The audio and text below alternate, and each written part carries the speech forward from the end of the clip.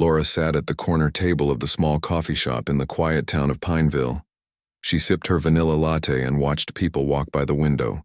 Her brown hair fell across her shoulders as she leaned forward to check her phone. No messages. She sighed and put it down, wishing something interesting would happen in her ordinary life. The bell above the door chimed as someone entered the coffee shop.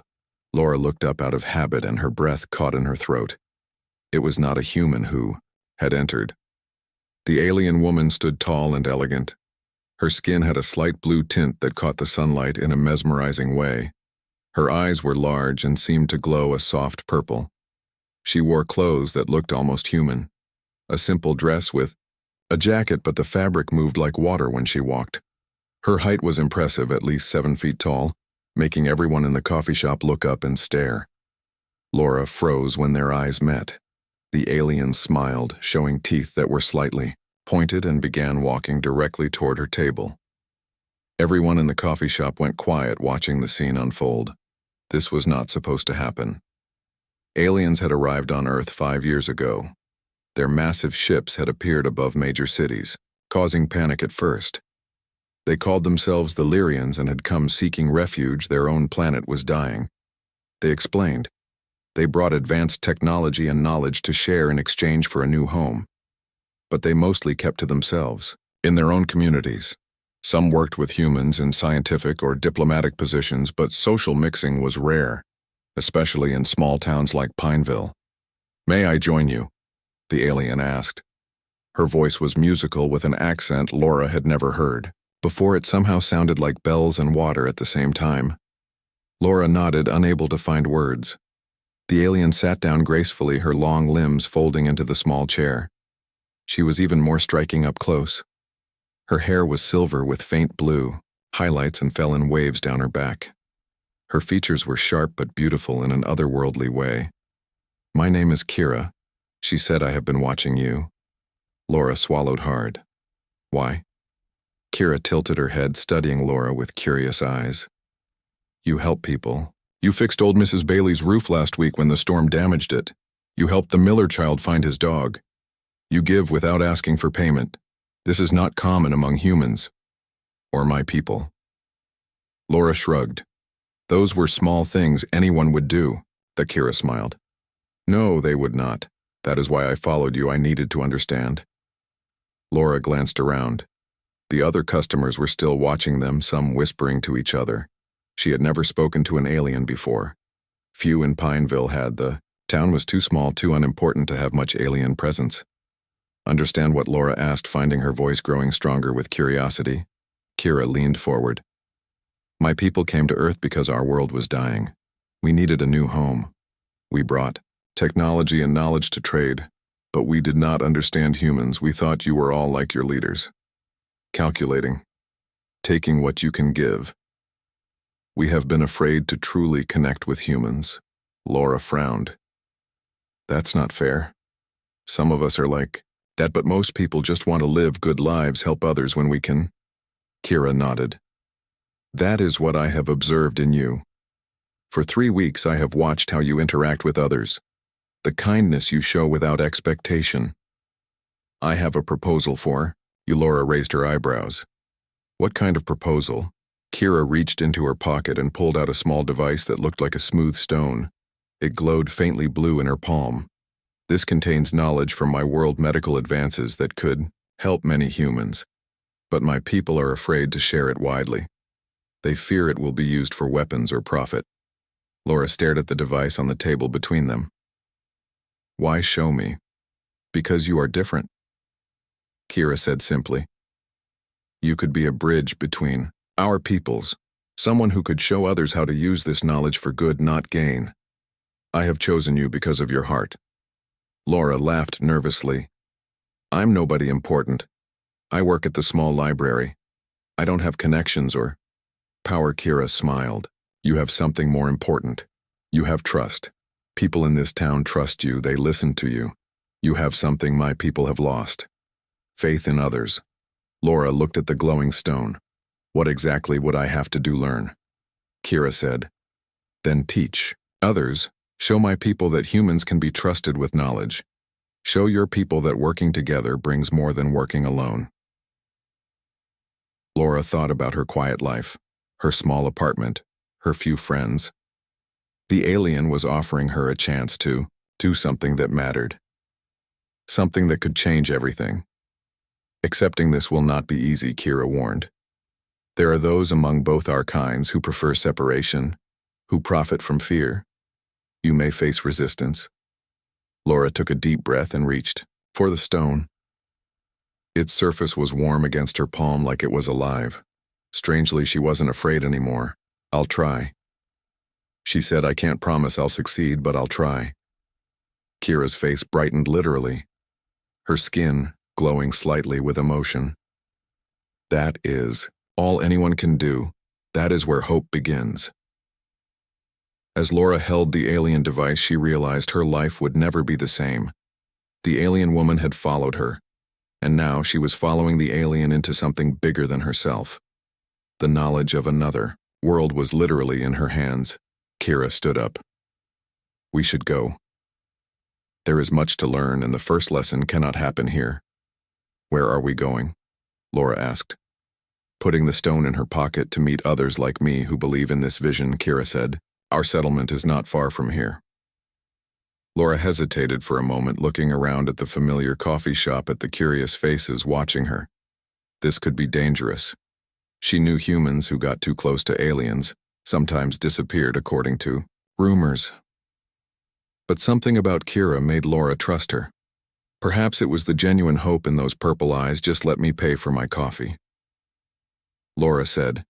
Kira nodded and waited while Laura left money on the table.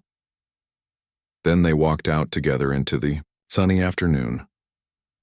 People on the street turned to stare at the unusual pair, but Laura walked with her head high beside the tall blue figure.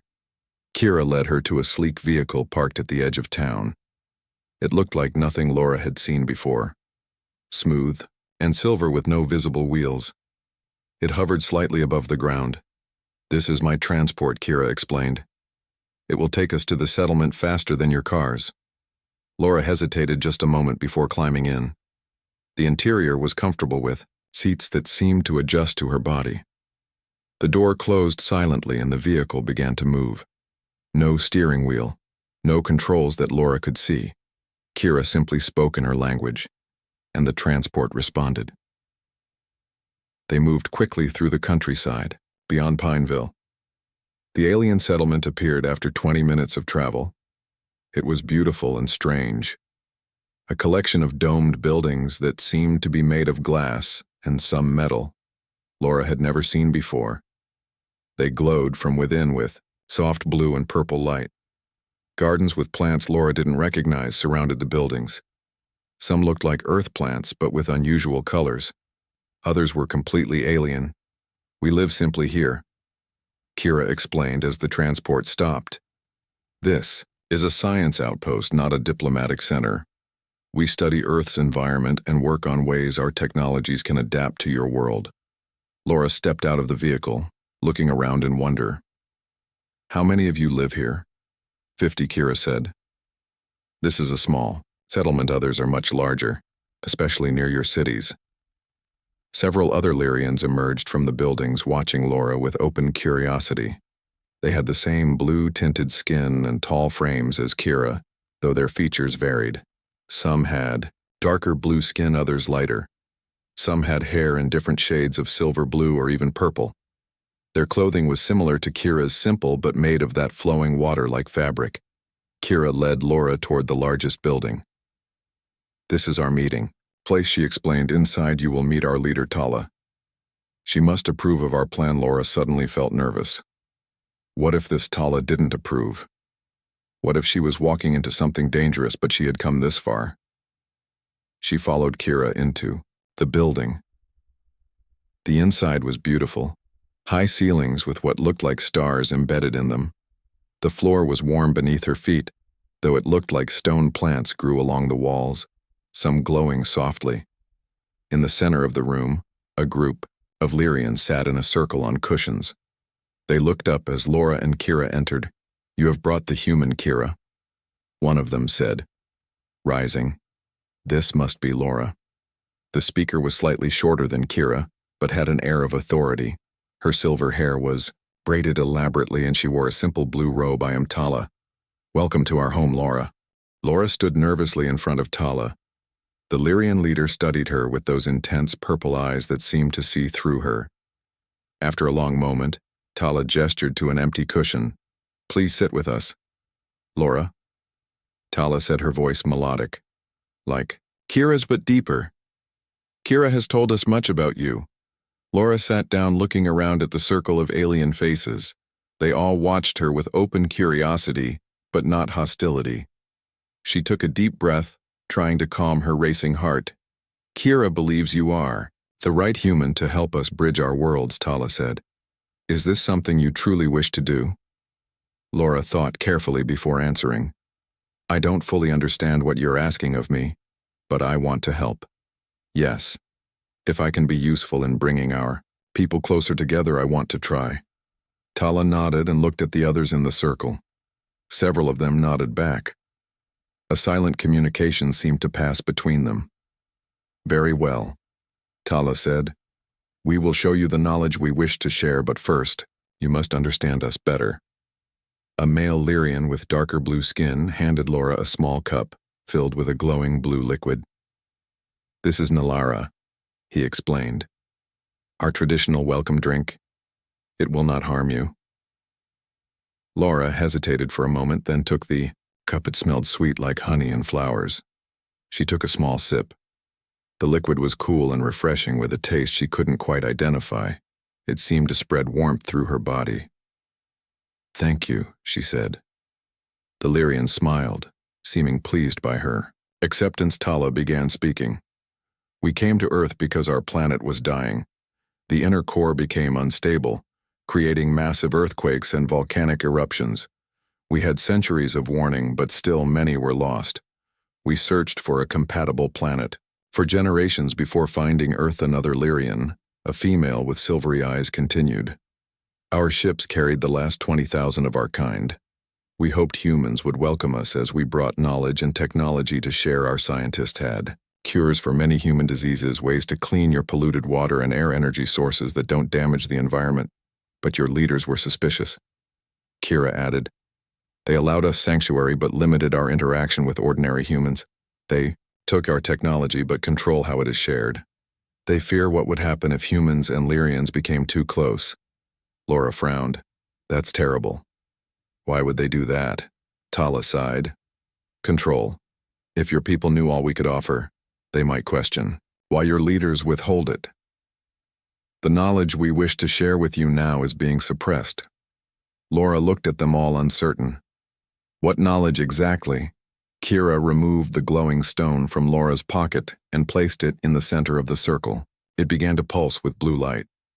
This contains the formula for a treatment that can cure most human cancers, she explained, simply and affordably. Laura's eyes widened. That's amazing. Why would anyone suppress that? The profit from treating cancer is enormous for your medical companies, another Lyrian said. Without naming names, several major corporations have pressured your government to delay this treatment. Laura felt a flash of anger. That's horrible. People are suffering, dying when they could be helped. Exactly, Tala said. That is why we need someone like you, Laura. Someone with no political connections, no corporate interests. Someone who simply wishes to help others. But what can I possibly do? Laura asked. I'm just one person. Kira smiled. One person can start a movement. The stone contains not just the formula but proof of its effectiveness. We have tested it in our labs with human tissue samples. The results are undeniable. We want you to take this information to someone you trust. Tala explained, a doctor perhaps, or a journalist. Someone who will use it wisely, not sell it to the highest bidder. Laura thought of her friend Melody, who worked as a reporter for the local newspaper. She was smart and honest. But could she handle something this big? I might know someone, she said slowly. But this is dangerous, isn't it? People who expose big secrets often face consequences. Tala nodded gravely. Yes, there is risk, but we will protect you as much as possible. The stone is encrypted. Only you can access its contents now. We have linked it to your genetic code. Laura looked at the glowing stone with new respect and fear. How do I use it? Kira moved to sit beside her. Hold it in your hand and think of what you wish to see. The stone. Response to thought, Laura picked up the stone. It felt warm against her palm. She concentrated thinking about the cancer treatment. The stone glowed brighter, and suddenly images appeared in the air above it. Holographic displays of molecular structures, chemical formulas, and what looked like medical test results. This is incredible, Laura whispered as the images changed, showing before and after cell samples. The cancer cells were clearly dying in the after images. The Lyrian with silver eyes spoke. It works by targeting only the cancer cells. Your current treatments damage healthy cells as well. This doesn't. There are no side effects. Laura's mind raced with the implications. This could save millions of lives. Why was it being hidden? She felt a surge of determination. I'll help, she said firmly. I'll get this information to people who can use it, but I need to understand it better first. Can you explain it to me in simple terms? For the next 2 hours, the Lyrians taught Laura about their medical discovery. They explained the science behind it in ways she could understand, showing her the test results and evidence. They taught her how to use the stone to access different parts of the information. They showed her how to create simple presentations that human doctors would understand. As the sun began to set, Tala stood. This is enough for today. You must return home and consider all you have learned. Tomorrow you can decide how to proceed. Laura nodded, feeling overwhelmed but determined. The weight of what they were asking her to do was enormous, but the potential to help so many people was worth the risk. Kira led her back to the transport. I will take you home, she said. You should rest and think.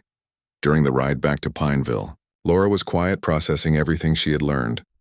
The world suddenly seemed both bigger and smaller. She had been given a glimpse of possibilities that changed everything she thought she knew. When they reached the edge of town, Laura turned to Kira. What made you choose me? Really, there must be more qualified people, scientists or doctors. Kira's expression softened. We have approached others in the past. Most were afraid. Some tried to sell the information. You are different. You have a quality. My people value above all others integrity. You do what is right simply because it is right, not for reward or recognition. Such people are rare and precious on any world.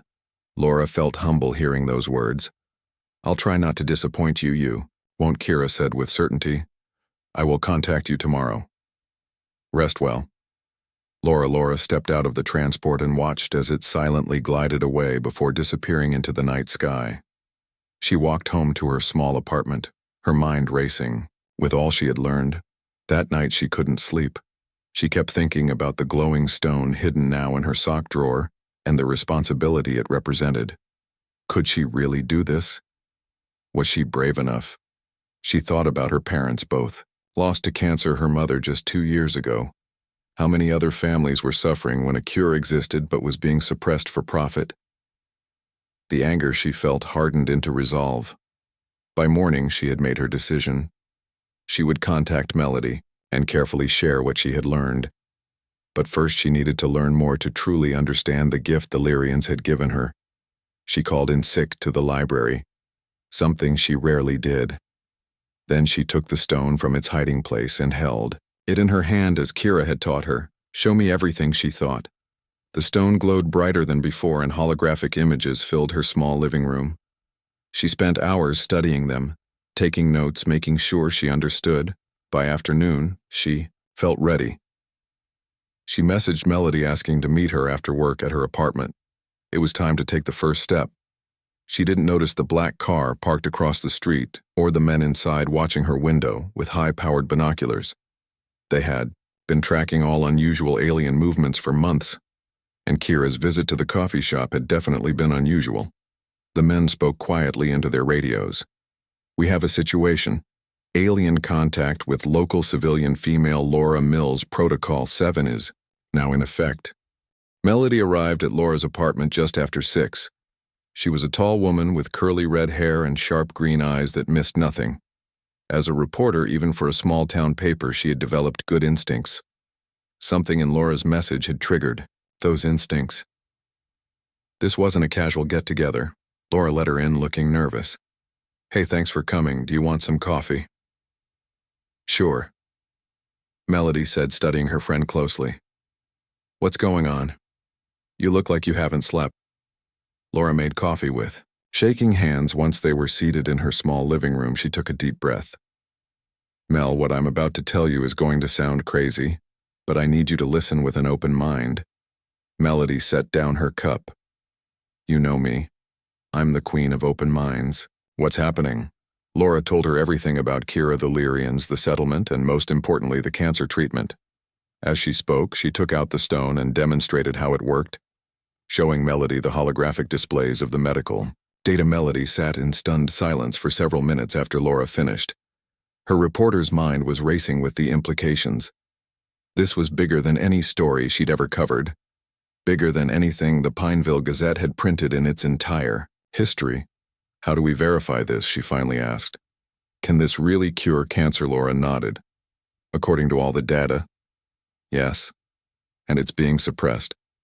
Because treating cancer is more profitable than curing it." Melody's expression hardened. "That's evil." But, not surprising, unfortunately, she took out her notebook. "Do you mind if I take some notes? We need to be strategic about how we handle this." For the next hour, they discussed options. Melody had contacts at larger newspapers and a professor friend who taught medical ethics at the state university. They needed expert verification and wider reach than the local paper could provide. "We need to be careful," Melody warned. "There are powerful people who don't want this information out." Laura nodded. "That's what the Lyrians said too, just as they were finishing their planning." Laura's phone chimed with a message from an unknown number. It was Kira using some kind of Lyrian technology to communicate. "You are in danger. Leave your apartment now. Go to the old Miller farm. I will meet you there." Laura showed Melody the message. "What does this mean?" Melody went to the window and carefully peeked through the blinds. "There's a black SUV across the street. 2 men inside. They don't look friendly." Laura's heart raced. How would they know? "What do we do?" "We leave," Melody said firmly. "Pack a bag quickly. Just essentials. We'll go out the back way. My car is parked behind the building." Laura quickly threw some clothes and toiletries into a backpack along with the stone. They slipped out the back door of the apartment building and hurried to Melody's car. The night was dark with no moon, which helped cover their escapes. They drove out of town toward the abandoned Miller farm. Laura kept checking to see if they were being followed. "Who do you think those men were?" "Government, maybe," Melody suggested, "or corporate security. Both have reasons to suppress this kind of discovery." She gripped the steering wheel tightly. "This confirms the Lyrians were telling the truth. If someone's trying to stop us, the information must be real." The old Miller farm was dark and quiet when they arrived. The farmhouse had been abandoned for years since the family moved away. No one came here anymore, which made it a good meeting place. They parked behind the barn out of sight from the road and waited nervously. After 10 minutes, a soft blue light appeared in the sky, growing larger as it approached. It was Kira's transport. The vehicle landed silently and Kira stepped out along with Tala and 2 other Lyrians Laura didn't recognize. They all looked worried. "You were followed," Kira said without greeting. "Our monitors detected communications about you. The men watching your home work for a government agency that monitors alien-human interaction." "How did they know?" Laura asked. "Your coffee shop meeting was noticed," Tala explained. "We should have been more careful. It was my error." The taller of the unfamiliar Lyrians spoke. His voice was deeper than the others. "Your government has been watching our settlement. They follow anyone who has contact with us." "What do we do now?" Laura asked, clutching her backpack with the stone inside. "We must leave this area," Tala said. "You are in danger now, Laura, as is your friend." She nodded to Melody. "The information you carry threatens powerful interests. They will not stop looking for you." Melody stepped forward, So we get the information out faster, make it public. They can't stop it if everyone has access. The second unfamiliar Lyrian DSA, female with darker blue markings on her face, shook her head. It is not so simple. The formula must be properly understood, the treatment properly developed. Releasing raw data would cause confusion and allow those who wish to suppress it to discredit. Itala nodded. We need time to connect you with the right humans. Scientists who can verify and develop the treatment. Journalists who can protect the story. We have a sanctuary, Kira said. A place where human allies and Lyrians work together. It is. Hidden from your government, it would be safe for you there. Laura and Melody exchanged glances. Both were thinking the same thing. This was escalating quickly. Running away, leaving their lives behind, was a huge step. But staying meant danger. Not just to themselves, but to the hope of helping millions of people. Before they could decide, a sound caught their attention.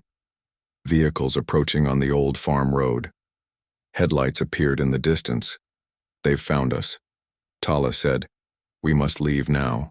The decision was made for them. Laura and Melody hurried into the Lyrian transport along with their alien allies. The door sealed shut, and the vehicle rose swiftly into the night sky, just as 3 black SUVs pulled into the farmyard. Men in dark clothing poured out, some carrying weapons. In the transport, Laura watched through a view screen as the farm shrank below them. They were climbing rapidly into the clouds. Then the view shifted, showing a map of their course. They were heading west, toward the mountains. Sanctuary is in a remote location. Kira explained. Few humans know of its existence. Those who do are allies committed to cooperation between our peoples.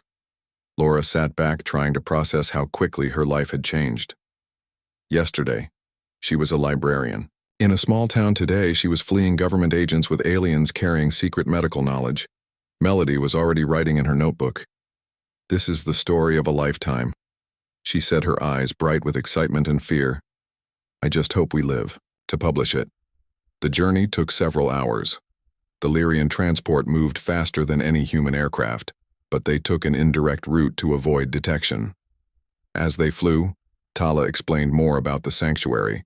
It was established 2 years ago as a place where Lyrians and humans could work together freely, sharing knowledge and developing new ideas without government oversight. Scientists, doctors, engineers, artists from both species lived and worked there, pursuing projects that could benefit both worlds.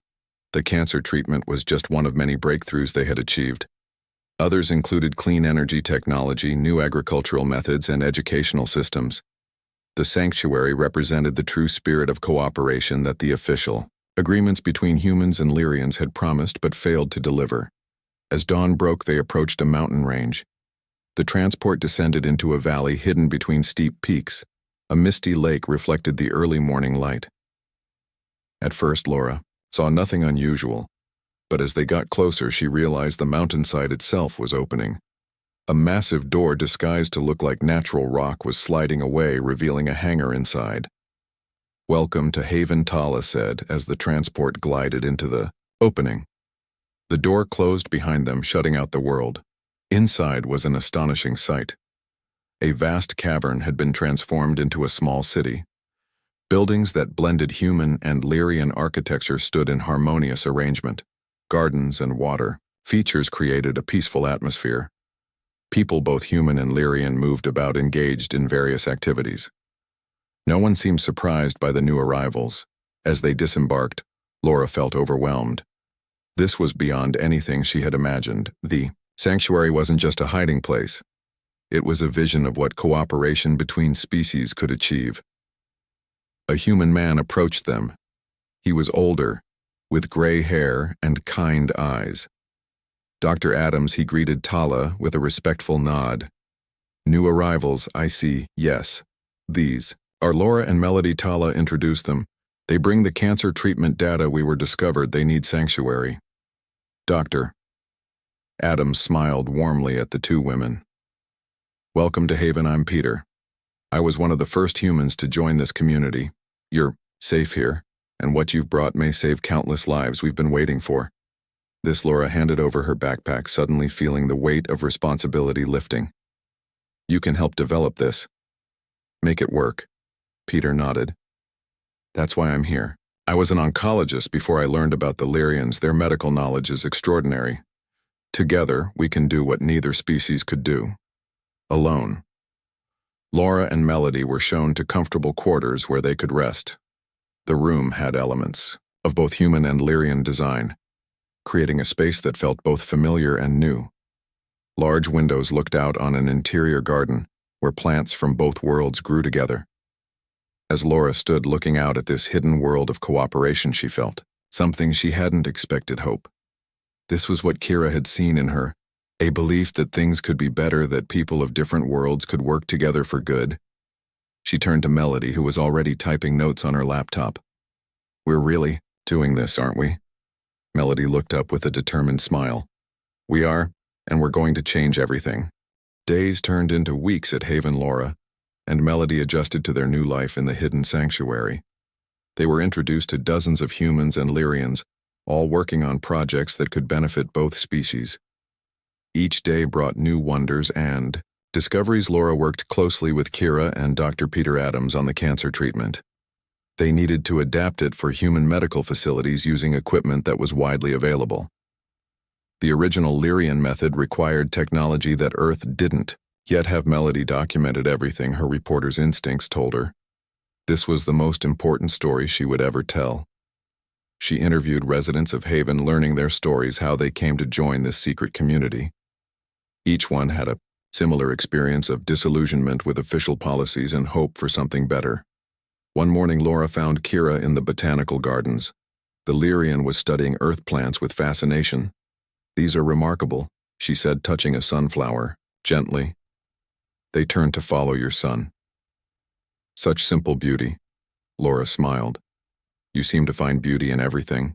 Kira nodded. That is our way to seek beauty and understanding. It is why we traveled the stars.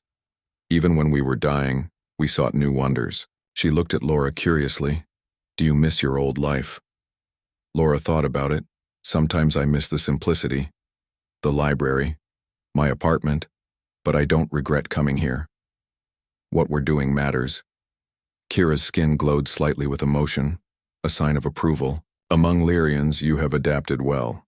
Many humans struggle with such dramatic change. Before Laura could respond, Peter joined them with excitement on his face. We did it, he announced. The treatment works with standard hospital equipment. We've simplified the procedure. Any medical center could administer it. Laura felt a surge of joy. That's amazing. Peter nodded. The test results are conclusive. We're ready for the next phase, getting it to people who need it. That afternoon, they met with the Haven Council, a mixed group of human and Lyrian leaders. Tala presided alongside Maria Chen, a former United Nations diplomat who had helped establish Haven. They gathered in a circular room with walls that seemed to be made of living crystal. The cancer treatment is ready, Maria announced after hearing their report. But distributing it presents challenges. The corporations and agencies that blocked it before will try again. A Lyrian scientist named Noral spoke. We must release it widely, all at once. So many sources that it cannot be contained. Peter nodded. Strategic distribution. Medical centers in different countries. Released simultaneously with full documentation. We need allies. Melody said, I have contacts, editors at major news outlets who might help us. They need to be prepared to publish everything at once with evidence so strong it can't be dismissed. For hours, they planned their strategy. They would need to recruit trusted doctors around the world, provide them with the treatment protocol and evidence, then coordinate a global release of the medical breakthrough alongside news stories explaining why it had been suppressed. It was bold. It was dangerous. And it might just work. As the meeting concluded, Tala approached Laura. What you have helped create here is more than a medical treatment. It is hope. It is proof that our peoples can achieve more together than apart. Laura smiled. That's what Kira saw in me from the beginning. Hope. The following weeks were intense. Laura helped prepare educational materials explaining the treatment in simple terms. Melody worked on press releases and contacted trusted journalists through secure channels. Kira and the Lyrian scientists created compelling visual evidence. They all knew the risks. They were challenging powerful interest groups that profited from keeping humans and Lyrians separated, groups that made billions from cancer treatments without cures. But the potential to save millions of lives drove them forward one evening. As the planned release date approached, Laura found herself walking with Kira along the shore of the underground lake that provided water for Haven. The surface glowed softly with bioluminescent organisms, a blend of Earth and Lyrian species. What happens? After Laura asked, we released the treatment. Then what? Kira looked thoughtful. It will cause disruption. Questions will be asked about why such a treatment was hidden. Humans will wonder what else they haven't been told. Laura nodded. There will be anger, investigations. The people who tried to stop us won't give up easily. No, Kira agreed. But truth has power. Once released, it cannot be easily contained. This is just the beginning. Laura stopped to look at Kira. The tall alien had changed her life, had shown her a bigger universe than she had imagined. She felt a deep connection to Kira, a friendship that crossed the boundaries of worlds. Will you return to your settlement after this? Laura asked. Kira's expression grew serious. I cannot. My actions have marked me as a dissident. I chose this path willingly, but it means I cannot go back to living under the official agreements. She touched Laura's shoulder lightly. As you cannot return to your library. Laura hadn't fully confronted this reality until now. She was a fugitive, someone who had taken alien secrets and run. There was no going back to Pineville, to her quiet life. The government agents who had chased them would still be looking. I hadn't thought that far ahead, she admitted. Haven will always be home to you, Kira assured her. Or perhaps you will help establish new havens. New places where humans and Lyrians can work together openly. That is my hope. The night before the global release, tension filled Haven. Everyone knew that. Once they took this step, there was no turning back.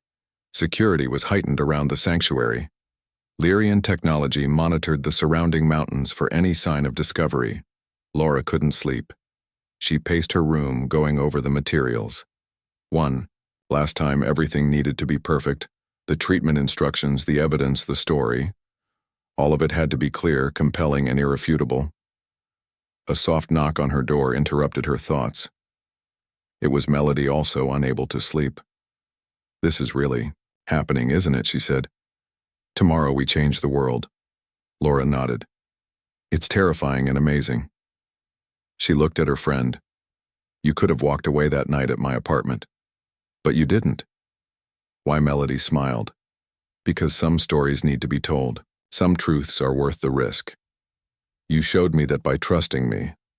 Laura hugged her friend, grateful for her courage and loyalty.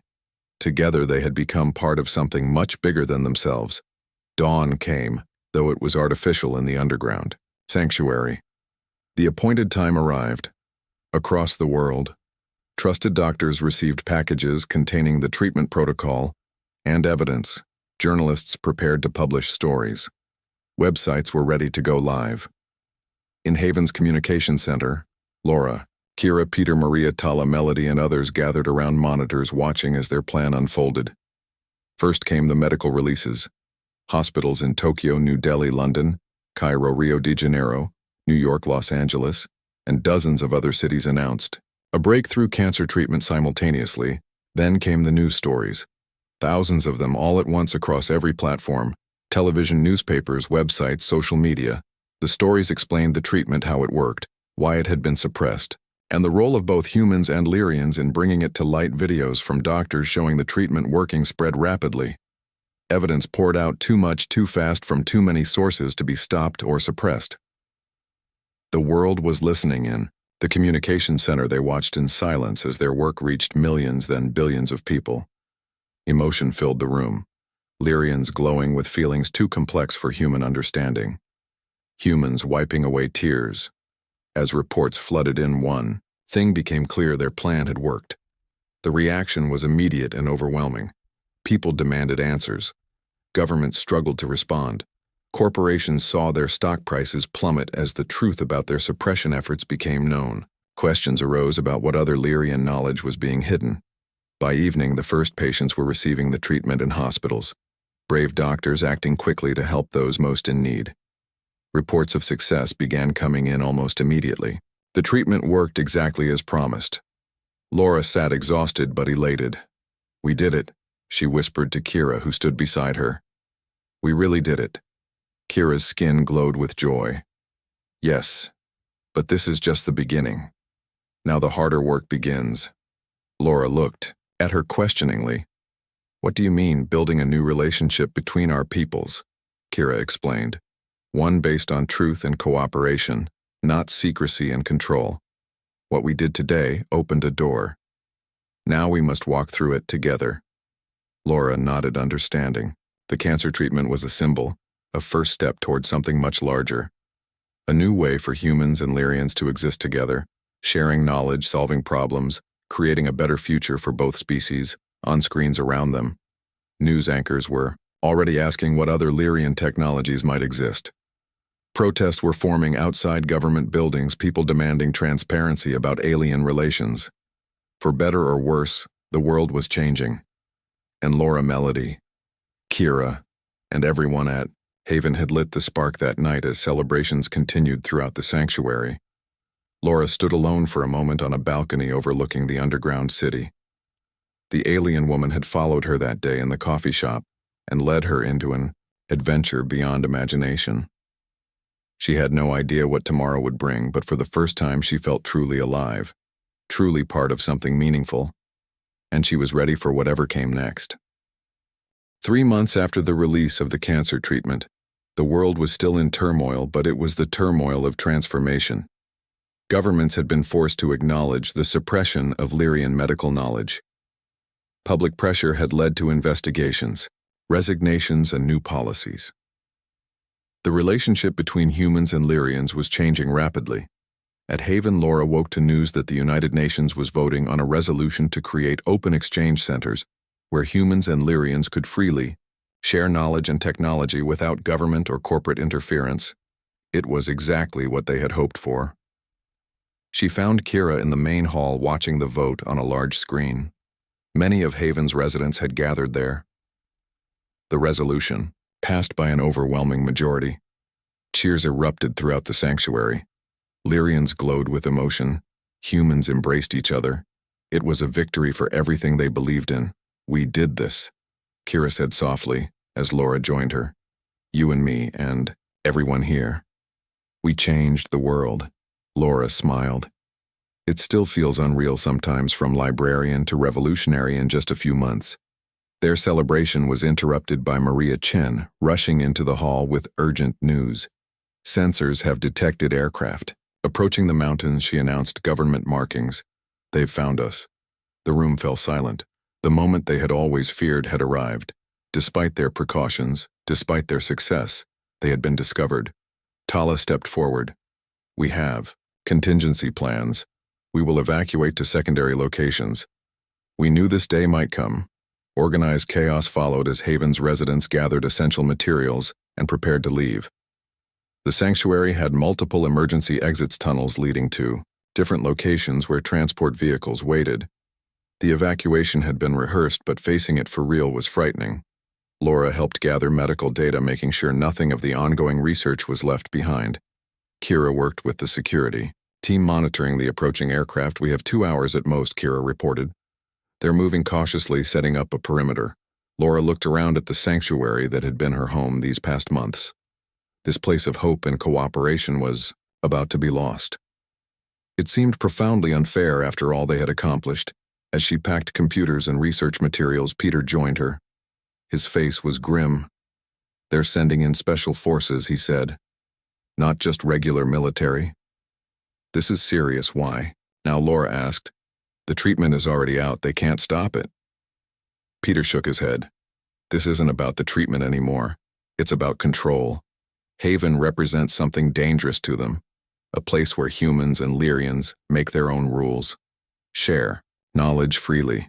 It threatens the power structure. Laura understood. The cancer treatment had been just one secret. There were many others: energy technology, communication systems, educational methods, all things that would disrupt existing power systems. If released freely, Haven's residents split into groups, each taking different routes to evacuate Laura. Kira, Melody, Peter, and several others were assigned to the eastern tunnel. It would lead them to a hidden valley where Lyrian transports waited days. They prepared to leave. Tala addressed them all. "This is not an ending," she said. "Haven is not a place, it is an idea. It is the belief that our species can work together as equals. We will build new havens, we will continue our work. This is a setback, not a defeat." The groups departed one by one, moving through tunnels that had been prepared years earlier for this possibility. Laura's group was one of the last to leave. She took a final look at the beautiful underground city, the gardens, the labs, the gathering places. So much had been created here. So much would be lost. The eastern tunnel was long and dark, lit only by soft blue Lyrian lights embedded in the walls. They moved quietly, carrying backpacks filled with research and essential supplies. Their footsteps echoed in the narrow passage. Everyone was tense, watching for any sign of danger. They had traveled for nearly an hour when they heard it, a distant rumble that shook the tunnel dust falling from the ceiling. "They've breached the main sanctuary," Kira said, her voice tight. "They might be using explosives. We need to move faster," Peter urged. They quickened their pace. The tunnel began to slope upward, a sign they were nearing the exit. The air grew fresher. Laura could smell pine trees and mountain air. The exit was close. Then they heard another sound. This one much closer. Voices, footsteps. Someone had discovered their escape route. "Hide," Kira whispered, pulling Laura behind a rocky outcropping. The others scattered, taking cover where they could. Through the dim light, they saw them, soldiers in black tactical gear, moving cautiously down the tunnel. They carried advanced weapons and equipment for capturing rather than killing. Their orders were clearly to take prisoners. Laura held her breath as the soldiers passed their hiding place. Her heart pounded so loudly she was certain they would hear it.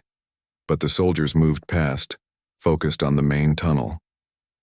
When they were gone, Peter signaled for the group to continue, but in silence, and with extreme caution they crept forward, staying close to the walls, trying to make no sound.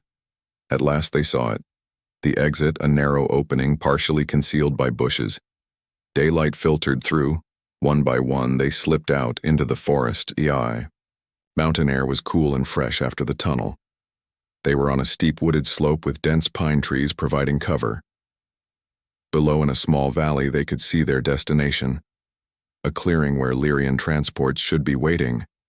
But the clearing was empty. "Where are the transports?" Melody whispered. "They should be here." Kira scanned the area with a Lyrian device. Her expression grew troubled. "They've been discovered," she said. "The transports are gone." Laura felt a surge of panic. "What do we do now?" Peter pointed deeper into the forest. "There's a human settlement about 15 miles east. If we can reach it, we might find help or transportation." It was their only option. They set off through the forest, moving as quietly as possible. Every sound made them freeze. Every distant voice sent them into hiding. They were fugitives now, hunted by their own government. By nightfall, they had covered less than half the distance to the settlement. Exhaustion slowed them. Hunger and thirst made it worse. They found a small stream and drank gratefully, but they had limited food, only what they had packed for the evacuation. They made camp in a dense thicket, using the minimal supplies they carried. No fire, no light, nothing that might give away their position. In the darkness they spoke in whispers. "Planning their next move, I have contacts in Europe," Melody said. "If we can reach them, they might help us escape." Peter nodded. "I know doctors in Canada who supported the treatment release. They would hide us." Laura looked at Kira, who had been unusually quiet. "What about you? What will happen to the Lyrians now?" Kira's skin had lost its usual glow, a sign of distress or exhaustion. "Our official settlements will face increased restrictions," The government will claim, "We violated the agreements by sharing technology unauthorized." They will use Haven as proof that we cannot be trusted. But what they really fear is that we trusted each other too much. Laura said that humans and Lyrians working together freely is more dangerous than anything else. Kira nodded. That is exactly what they fear. They slept in shifts, keeping watch through the long night. At dawn, they continued their journey, moving carefully through the forest. The sound of helicopters in the distance kept them on edge.